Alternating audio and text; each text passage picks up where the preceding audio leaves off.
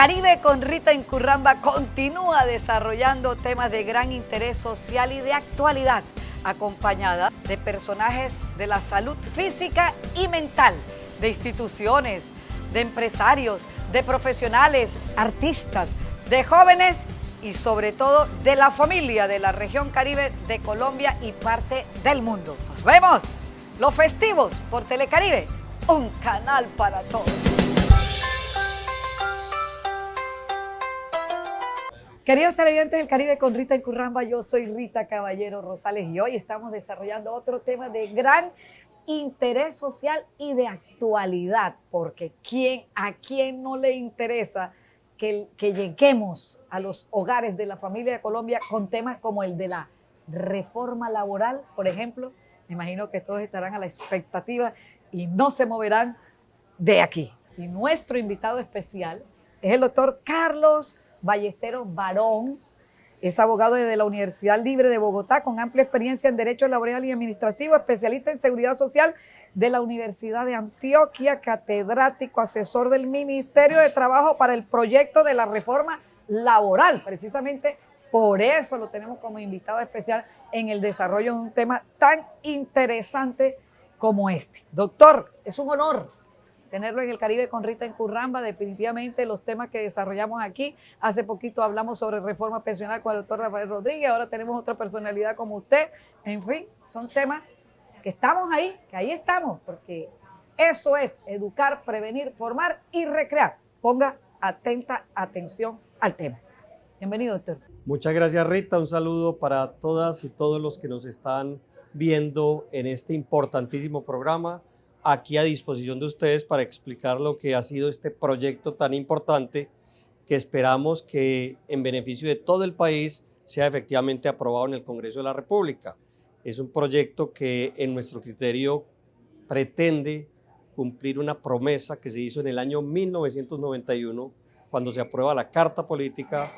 El artículo 53, para que todos lo recordemos, señala que el Congreso de la República debe expedir un estatuto para los trabajadores que tenga una serie de principios mínimos fundamentales que pretenden que haya un trabajo en condiciones dignas. Eso es lo que se pretende en este momento con ese proyecto, queridos oyentes. Entonces, doctor, ¿cuáles son los aspectos centrales de la reforma laboral?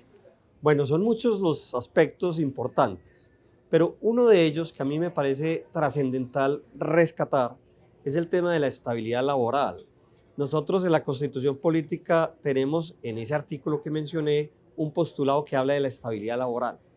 Y desafortunadamente, como se ha entendido hasta ahora, ese concepto de la estabilidad laboral implica para el lenguaje común una inestabilidad.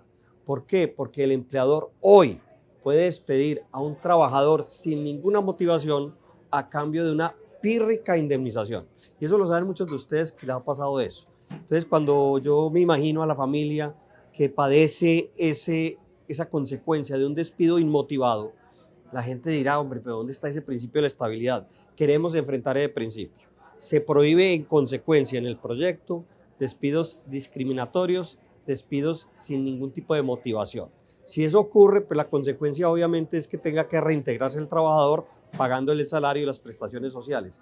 Que haya alguna razón para el despido. Y eso es lo que si se da. esa persona, doctora, acude a un excelente profesional como usted para que lo ayude en el tema de la indemnización y que se le pague y se le cancele lo que se debe cancelar. Claro, la idea es que obviamente si ese fenómeno se da, obviamente en un Estado de Derecho, pues tenemos que acudir a la institucionalidad, en este caso a un juez, a través de un jurista para que efectivamente logre ese propósito. Pero esto indudablemente lo que hace es que frene esa actitud que tienen muchos empleadores que sin ninguna razón despiden trabajadores. Abuso. Esa es la idea. Pero adicionalmente igualmente se eleva el valor de la indemnización, porque es que algunos organismos internacionales y algunos nacionales, como es la Sala Laboral de la Corte Suprema de Justicia, consideran que una de las mejores maneras de tratar de garantizar la estabilidad es que despedir a un trabajador sin ninguna razón sea costoso para el empleador.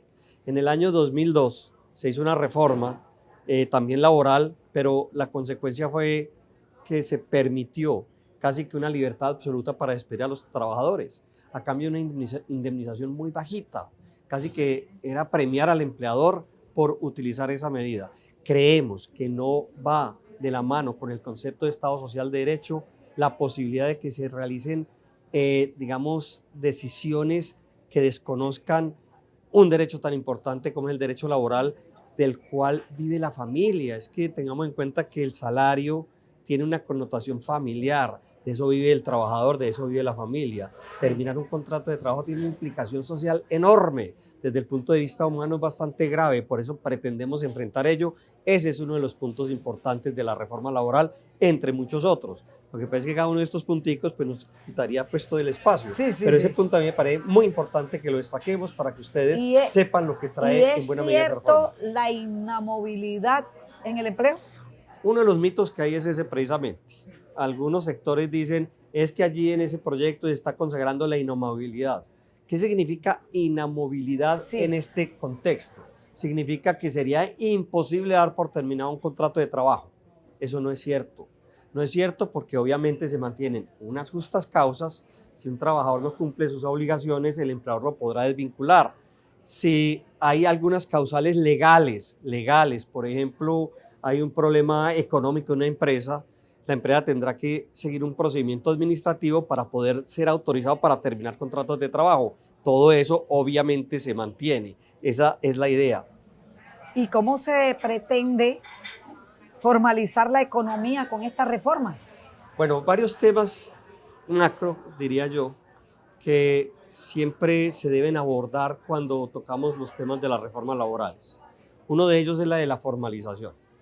Hay muchas personas que prestan servicios, incluso subordinados, y que no están en el mercado laboral formal, o sea, no hacen aporte a la seguridad social. El Estado no los conoce y hay gente que además tiene mucha plata que no paga impuestos, etc. Ese es un problema bastante fuerte en Colombia. El tema de la informalidad laboral es gravísimo en nuestro país. Colombia es uno de los países de más alta tasa de informalidad en todo el contexto de América Latina, casi el 58%. Ahora, ¿cómo se pretende enfrentar ello? Hay un capítulo muy importante que hace parte de la apuesta del actual presidente de la República, que es el capítulo del trabajo agrario. En el campo hoy, ustedes lo saben muy bien, en el campo la informalidad es impresionante. La invitación es a que se logre la formalización en el campo y este capítulo fue concertado con un gremio empresarial, que son la SAC, Sociedad de Agricultores de Colombia. Se concertó ese capítulo que permite que se hable de un jornal agropecuario, que permite una facilidad para el acceso a la seguridad social, entre muchas otras cosas. Ese trabajo se formalizaría. Mucha gente está allí. ¿Quién más quedaría formalizado? Las plataformas digitales de reparto. Ustedes saben muy bien cómo hay un grupo de personas muy importante numéricamente, muy importantes humanamente, que prestan servicios, que nos prestan el servicio. Llamamos a estas empresas para que nos traiga un mercado, para que nos traiga un alimento. Esas personas que andan en la motico, esas personas que andan en la bicicleta, no tienen hoy ninguna garantía para nada, de ningún tipo, y asumen un riesgo muy grande. Sí. La reforma laboral obliga a que estén formalizados. Las empleadas del servicio doméstico acogiendo sugerencias, invitaciones de la Organización Internacional del Trabajo. Esas son abusadas tremendamente también. Claro, el contrato de trabajo tendrá que ser por escrito, el contrato de trabajo tendrá que ser depositado en el Ministerio del Trabajo para efectos de que haya un efectivo control. Todo eso implica una formalización de la economía, entre otros aspectos que tampoco los detallo porque se nos acabaría el programa. Nos vamos a unos comerciales, pero cuando regresemos aquí desde Mimi, continuamos con el doctor Carlos Ballester. Ya regresamos. Barranquilla, con Gres Caribe, crece en construcción y ahora con nuestro revolucionario producto Tolete Gran Formato. No necesita revestirse. Gres Caribe S.A. Tejas, adoquines, ladrillos, accesorios. Despachamos a toda la región Caribe. Gres Caribe S.A. Calidad insuperable.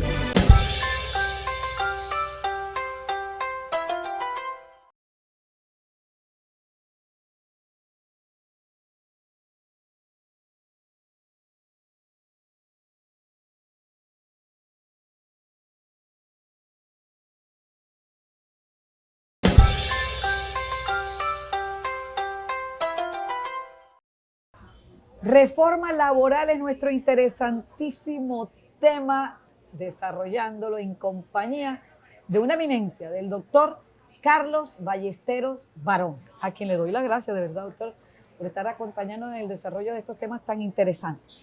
¿Qué tipo de participación tuvieron, doctor, los gremios de la economía de la construcción del proyecto? Bueno, es importante también tener en cuenta que de conformidad con el artículo 56 de la Carta Política, en Colombia debe existir una comisión de concertación de políticas laborales, una comisión tripartita, como lo pretende o lo exige la Organización Internacional del Trabajo, conformada por empleadores, trabajadores y gobierno. Esa comisión, en el mes de octubre, decidió crear varias subcomisiones, todas tripartitas. Una de ellas encargada de estudiar precisamente la reforma laboral. Se crea la subcomisión, donde están todos los gremios de la economía sin excepción, donde están las centrales obreras y por supuesto el Ministerio del Trabajo. Tuvimos, Rita, más de 18 reuniones, intensas reuniones, y no pequeñas reuniones de más de 5 horas cada una, por lo menos 18 reuniones. Se realizaron como 30 o 40. Analizando minuciosamente. Cada uno de los puntos. Cada uno de los gremios participó, se opuso o no se opuso a los proyectos que habían, pero la participación fue muy activa. Una cosa es que algunas propuestas no se hubieran acogido. Cada uno de los puntos que terminan en el proyecto de reforma laboral fue discutido. Se acogieron muchas sugerencias y como los dije anteriormente, por ejemplo, con la SAC, el capítulo de agrícola se concertó. O sea, la participación fue total. Por eso me parece lamentable que uno de los representantes de los gremios haya salido a decir públicamente que la reunión fue solamente de 3 horas. Tal vez él estuvo solamente en una reunión de 3 horas, pero el gremio que él representa estuvo en todas y cada una de las reuniones. Existen actas sobre el particular. Yo di fe de ello porque yo estuve en todas ellas. Reuniones intensísimas. Es que le cuento algo que es también una anécdota para que entendamos. En esas reuniones nos quitaban el celular. Nos quitan el celular para que no tengamos distracción, sí, claro, para que no haya distorsión. Nadie los interrumpa. Nadie nos interrumpa. Fueron muy intensas y nadie puede decir que no. Hay algo importante. Al final de todo ese proceso, casi que todas las gremios mandaron una carta felicitando a la ministra por ese espacio de participación. Otra cosa es que no haya salido lo que cada uno quiere, porque es apenas obvio.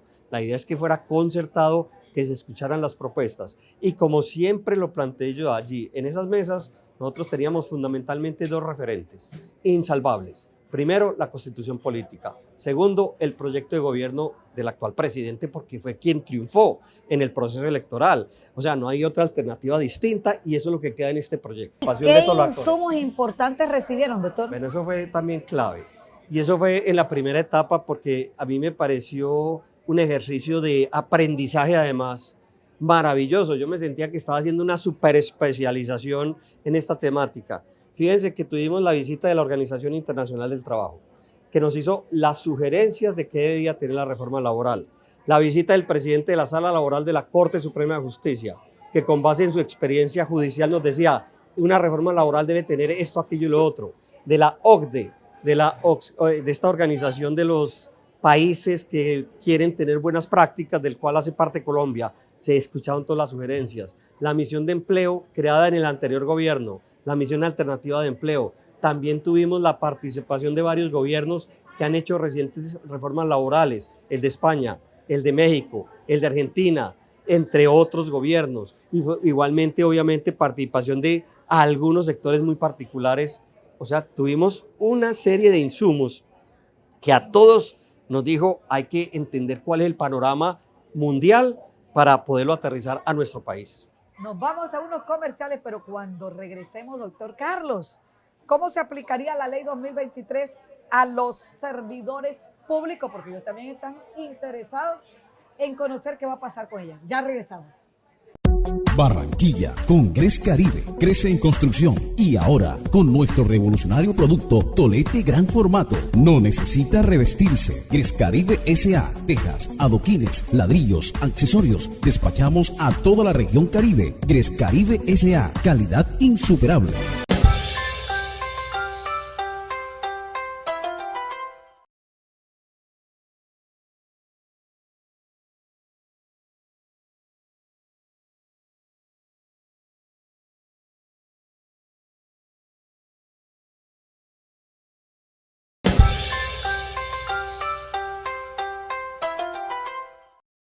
Reforma laboral es nuestro interesantísimo tema. Hoy nos encontramos desde Mimi, por eso es que ustedes escuchan este ruido de la gente concentrada en familia, deleitándose de los deliciosos postres y pues las comidas deliciosas que ofrece este sitio. Doctor, la pregunta. Muy importante la pregunta. Efectivamente, hay que tener en cuenta dos aspectos. Primero, que servidores públicos es un concepto genérico, significa que es una persona que tiene vínculo laboral con el Estado. La idea es que esas personas tienen dos categorías, un poquito complejo, pero estoy seguro que los servidores que lo están viendo lo van a entender, unos que son empleados públicos y otros que son trabajadores oficiales. Los trabajadores oficiales se vinculan a la administración mediante contrato de trabajo. De alguna manera tienen cierto parecido a los trabajadores del sector privado. Porque son tienen más contrato. Beneficiados, ¿verdad, doctor? Que los privados, ¿o no? No, por el Algunas contrario. veces sí o algunas Por el veces no. contrario, y esto es lo que yo quiero empezar a precisar. Ok, esto me interesa. Los trabajadores oficiales, por ley, que además es una ley de 1945 y un decreto de 1945, por ley tienen algo que se llama plazo presuntivo.